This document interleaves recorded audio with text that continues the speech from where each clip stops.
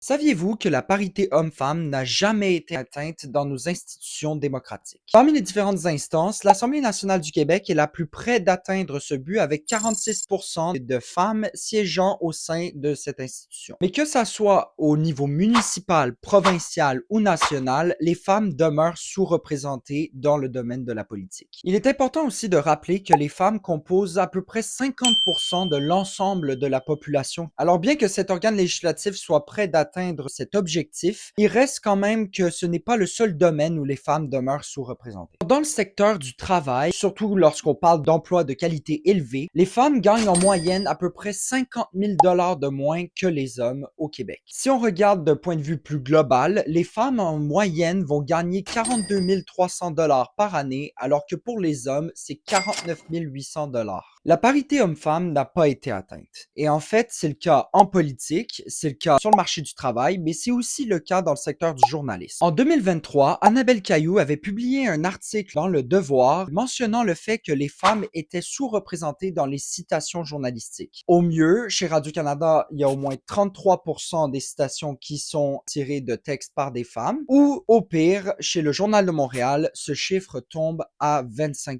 Donc, que ça soit en sciences, que ça soit en journalisme, que ce soit en architecture ou dans bien d'autres domaines, les femmes demeurent sous-représentées tant économiquement que socialement par rapport aux hommes en général. Le phénomène de la parité n'est pas nécessairement le plus visible et le plus simple à analyser. En fait, lorsqu'on creuse dans les données, on voit que la réalité est bien plus complexe que ça. Malgré tout, le chemin pour s'y rendre existe, parce que si le Rwanda, le Nicaragua, Cuba, la Norvège, la Suède, l'Islande, les Émirats arabes unis et bien d'autres ont réussi à le faire, du moins dans le domaine de la politique, pourquoi pas nous?